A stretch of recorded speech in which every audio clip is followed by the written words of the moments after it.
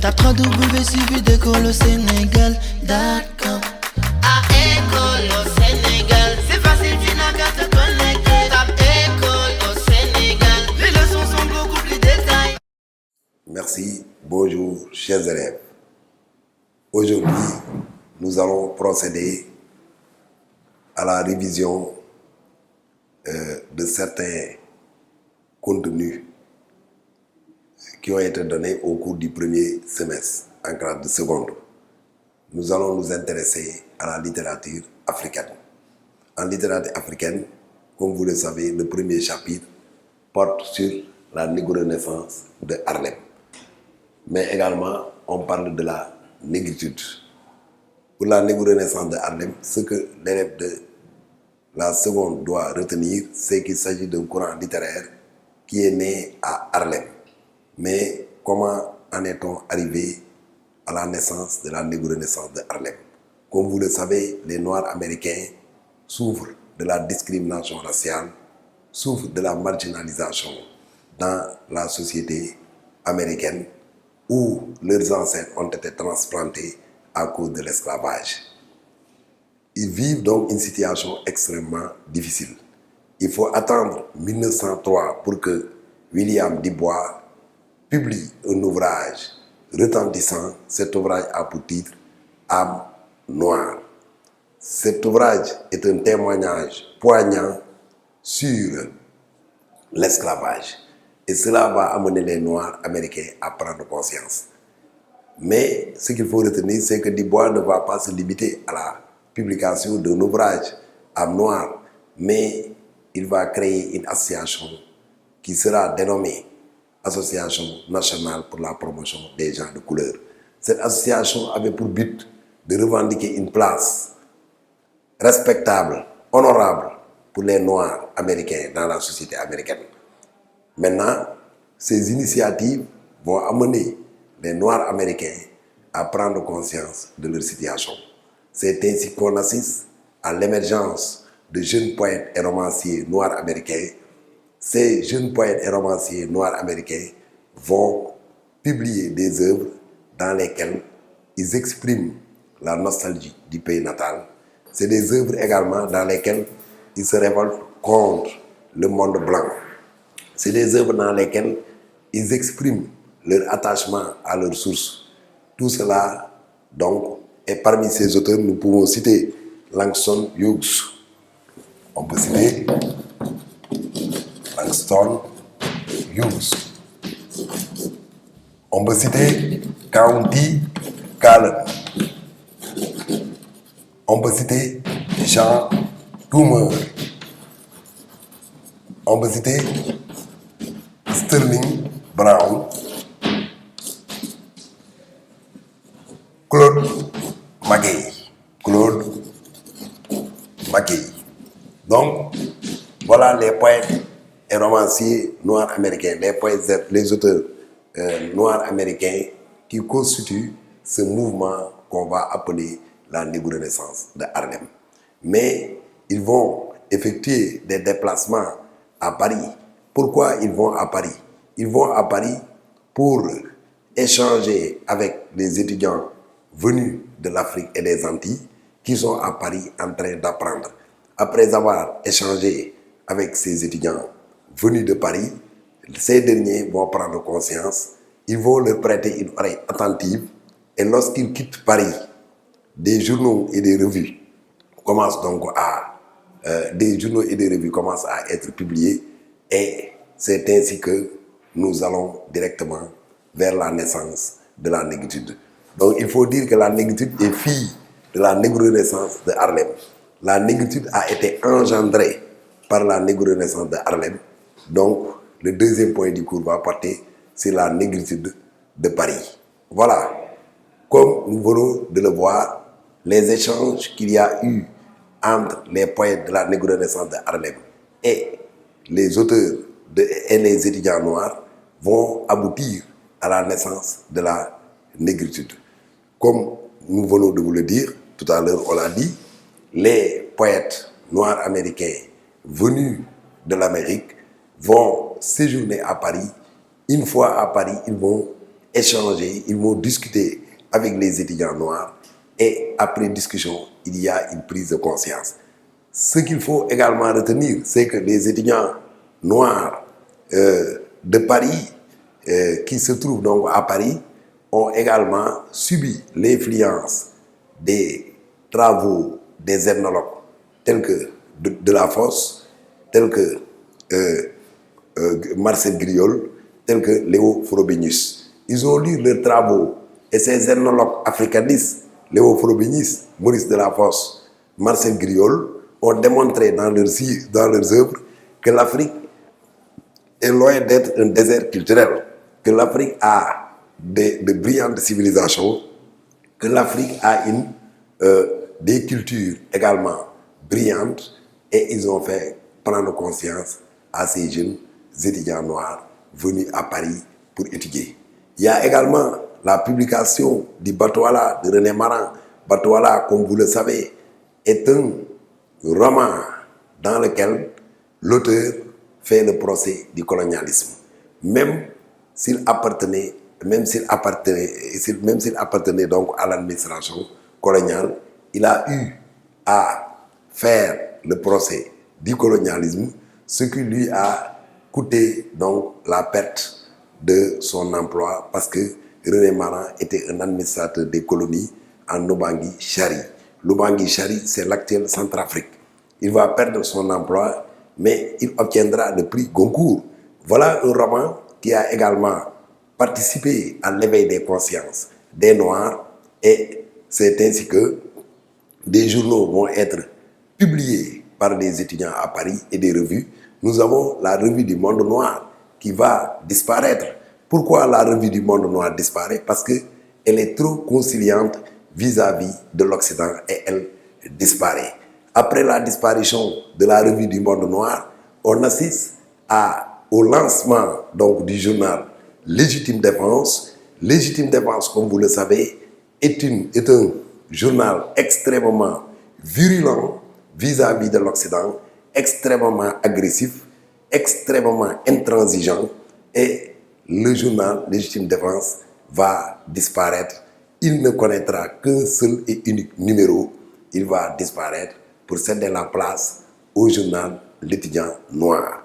Le journal L'étudiant noir, comme vous le savez, a été lancé par le Sénégalais Léopold Sédar Senghor, le Martiniquais Aimé Césaire et le Guyanais Léon Gontran Dama.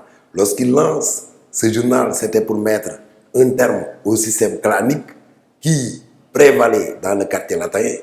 Pour eux, il n'est plus question qu'un étudiant puisse se considérer comme un étudiant sénégalais ou un étudiant guinéen ou un étudiant guadeloupéen. Ils parlent maintenant d'un seul et unique étudiant.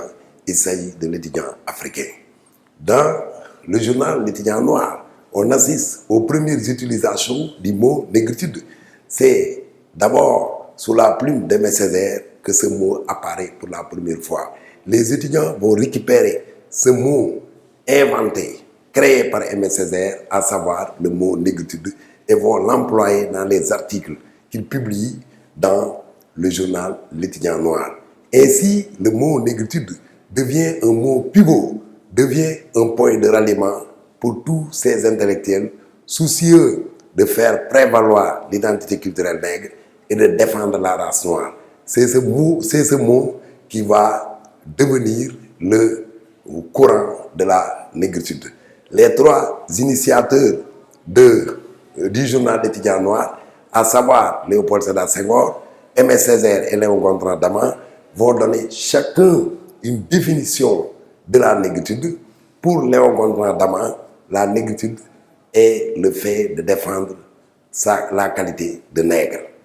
Pour lui, donc, la négritude, c'est reconnaître sa qualité de nègre, de noir et de la défendre.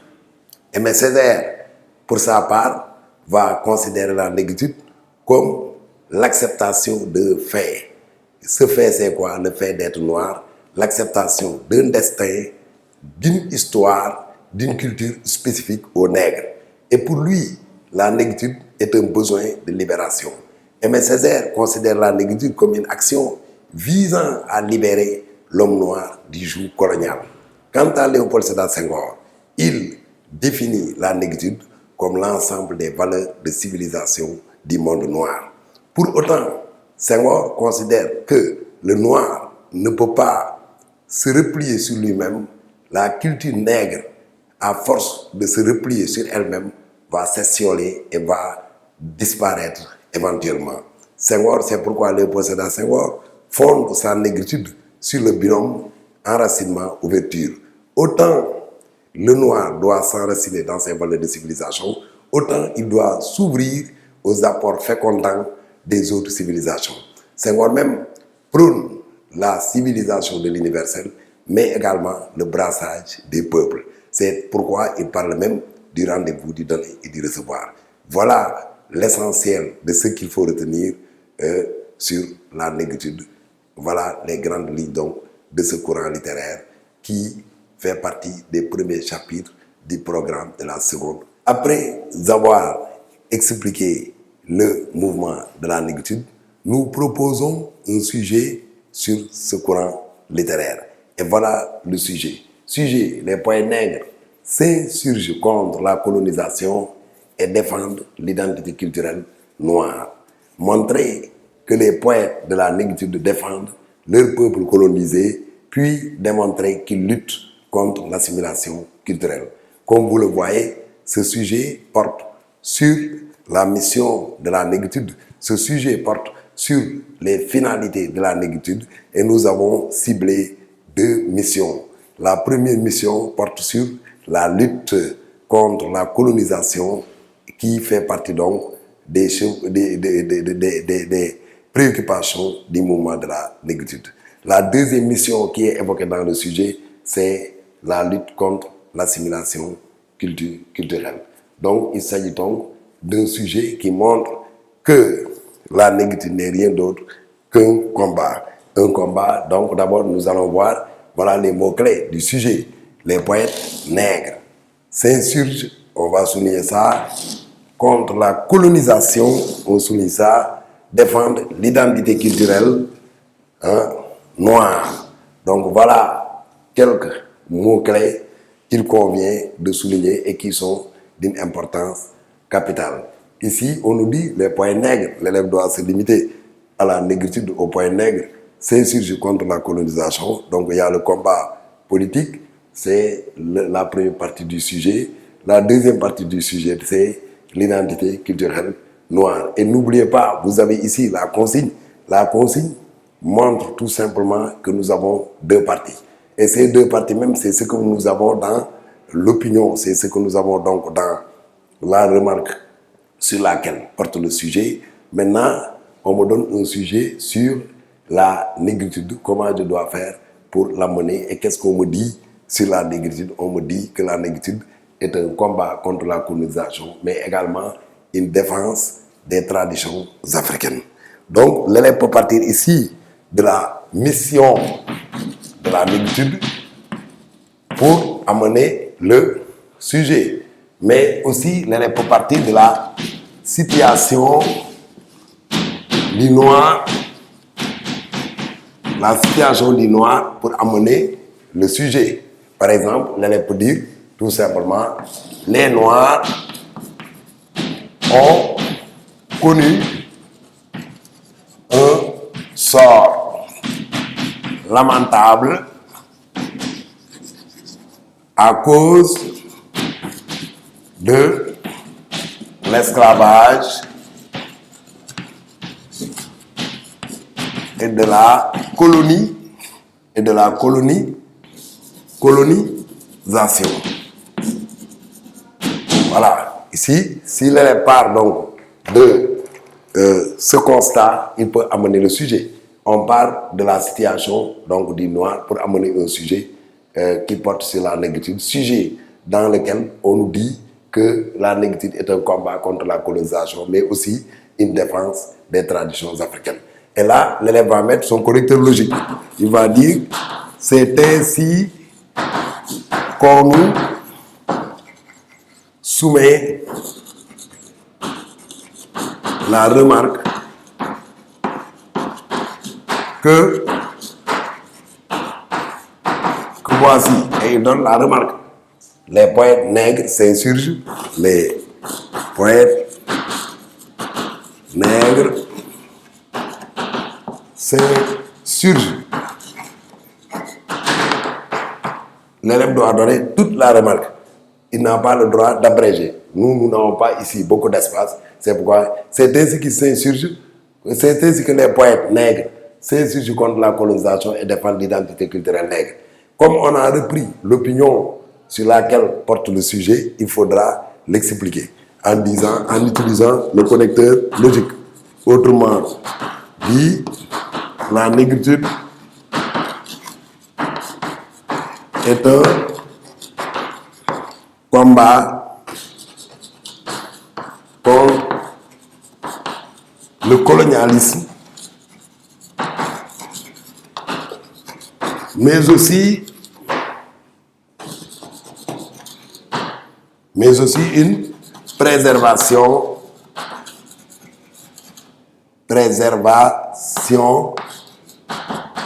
des valeurs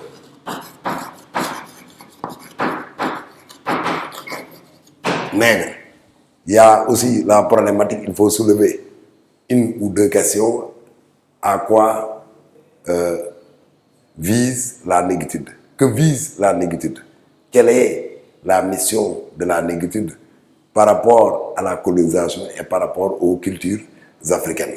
Donc, par exemple, ici, il est proposé une question, quelle mission la négritude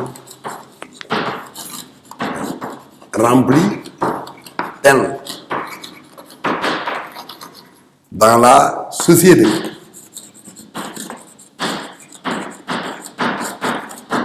Dans l'interrogation, l'élève peut dire, nous répondrons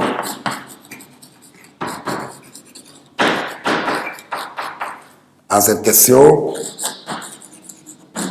Et maintenant, il nous reste l'annonce plan. Nous répondrons à cette question en montrant que les poètes de la négritude, en montrant que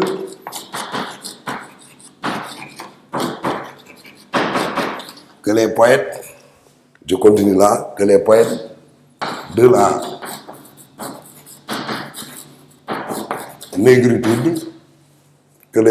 négritude, défendent leurs peuples colonisés, défendent le peuple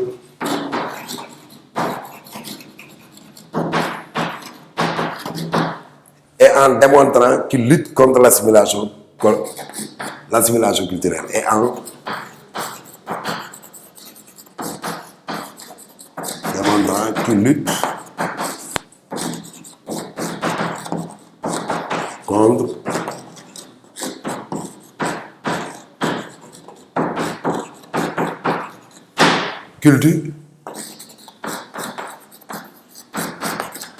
qui lutte contre l'assimilation culturelle. Donc voilà le sujet. Et n'oubliez pas une chose, l'introduction doit être rédigée en un seul paragraphe. Il y a beaucoup d'élèves qui amènent le sujet et qui vont à la ligne pour poser le problème. Et après avoir posé le problème, ils retournent encore à la ligne pour annoncer le plan. Mais l'introduction d'une dissertation doit être rédigée en un seul paragraphe. Aujourd'hui, nous allons nous limiter à l'introduction. Si vous voulez même, il y a possibilité de revenir sur comment élaborer le plan de cette dissertation, ce que je ne manquerai pas de faire peut-être dans la deuxième séquence du cours. Maintenant, nous allons dégager le plan de la dissertation. Il s'agit d'une dissertation constituée de deux parties. La première partie, comme vous le voyez, porte sur la négritude en tant que combat contre la colonisation. Nous allons essayer de vous donner les grandes lignes de cette première partie de la dissertation. Dans cette partie, l'élève doit tout simplement essayer de dire et de démontrer que la négritude est une croisade contre la colonisation, que les poètes de la négritude ne cautionnent pas l'ordre colonial, ils se révoltent contre cet ordre qui est responsable des malheurs de toute l'Afrique. Ainsi, on peut donner cet exemple, discours sur le colonialisme d'Aimé Césaire, il ne s'agit pas de recueil de poèmes, mais il s'agit d'un essai. Dans ce discours, Aimé Césaire assimile la colonisation à une chosification de l'homme noir. Il considère la colonisation comme une entreprise d'ensauvagement, c'est des termes qu'il utilise. Il parle même de culture vidée d'elle-même, de magnificence artistique détruite, etc. et de beaucoup de choses. Donc dans le discours sur le colonialisme, Aimé Césaire s'attaque à l'ordre colonial. Aimé Césaire démontre que la colonisation n'est pas une entreprise civilisatrice. Par contre, la négritude est une entreprise de destruction de l'Afrique et de ses civilisations. Le discours sur le colonialisme peut être donc cité. Il n'y a pas que le discours sur le colonialisme d'Aimé Césaire, mais on peut également citer le cahier de retour au pays natal. Dans le cahier de retour au pays natal, on voit la façon dont Aimé Césaire s'attaque au monde occidental, surtout dans ce passage où il dit les Antilles qui ont faim, les Antilles qui ont soif, les Antilles dynamité d'alcool, etc. Et dans le cahier de retour au pays natal, on voit que de manière générale, Aimé Césaire revendique une liberté pour tous les Noirs opprimés dans le monde où qu'ils se trouvent. Il y a également le recueil de poèmes de Léopold Sédar Senghor intitulé Hostie Noire. Ce recueil a un titre qui revêt un symbolisme chrétien. Pourquoi? Parce que l'hostie est un terme qui appartient au vocabulaire de la chrétienté, au vocabulaire de la théologie. Mais Léopold Sédar Senghor, lui, il considère les Noirs comme des victimes offertes en sacrifice. C'est ainsi qu'il nous donne le titre Hostie Noire, publié en 1945. Dans Hostie Noire, Léopold Sédar Senghor s'attaque de la façon la plus radicale qui soit au système colonial. Je vous renvoie au poème intitulé Prière de paix, lorsqu'il dit « Le serpent de la haine lève sa tête dans mon cœur ». Et lorsqu'il parle de cette Europe en disant, des Européens en disant, ils ont incendié les bois intangibles, ils ont tiré leurs boulets de canon sur mes terres, etc. Donc là, on voit que Senghor, dans ce recueil, Hostie Noire, s'insurge contre la colonisation parce que Senghor n'est pas un partisan de la colonisation, mais Senghor veut que l'Afrique soit libérée. Donc voilà également, on peut aussi citer Coup de pilon de David Diop, le poète sénégalais David Diop qui publie en 1956 ce recueil, ce seul et unique recueil de poèmes, Coup de pilon. Et dans Coup de pilon, nous avons pas mal de poèmes dans lesquels on voit que le poète n'est pas du tout tendre avec la colonisation occidentale. La deuxième partie, c'est la négritude défend l'identité culturelle nègre. Il faut démontrer dans cette partie que l'identité culturelle nègre, sa défense est une préoccupation majeure des poètes de la négritude. Et là, vous pouvez donner l'exemple de Chants d'ombre. Chants d'ombre, comme vous le savez, est un recueil qui exhume les réalités culturelles les plus profondes de l'Afrique. Dans Chants d'ombre, Léopold Sédar Senghor exalte le patrimoine culturel africain. Léopold Sédar Senghor nous parle des séances de lutte, des contes, des veillées nocturnes. Je vous renvoie au poème intitulé Nuit de Cine. Dans Nuit de Cine, Senghor nous plonge dans l'univers culturel négro-africain comme il le fait dans d'autres poèmes. Donc voilà également un recueil de poèmes que l'élève peut exploiter pour mieux démontrer que la négritude est une défense de l'identité culturelle nègre. Vous avez également le poème Le Hockey de Damas, qui est un poème extrêmement célèbre, poème dans lequel on voit que Léon Gontran Damas s'insurge contre l'assimilation culturelle et ne souhaite pas que sa mère, qui est la mère donc de tous ces petits noirs, qui souhaiteraient donc, ces mamans qui souhaiteraient que leurs enfants soient des enfants modèles, parce que tout simplement ils ont fréquenté l'école occidentale et on leur apprend une histoire qui n'est pas la leur. Il y a également Aimé Césaire. Lui, comme vous le savez, il est un défenseur de l'identité culturelle nègre. Dans beaucoup de ses poèmes, on voit que si je vous donne ce passage du cahier de retour au pays natal, passage où il utilise l'ironie en disant ceux qui n'ont inventé ni la poudre ni la boussole, mais les fils aînés du monde, c'est comme ça qu'il caractérise les Noirs. Ça veut dire que dans ce passage, Aimé Césaire démontre que les Noirs ont bel et bien une civilisation. Et on voit Aimé Césaire qui s'identifie à tout simplement ses ancêtres valeureux, à ses ancêtres qui avaient une civilisation, à ses ancêtres qui ont pu apporter grand chose à l'humanité, à ces grands empires.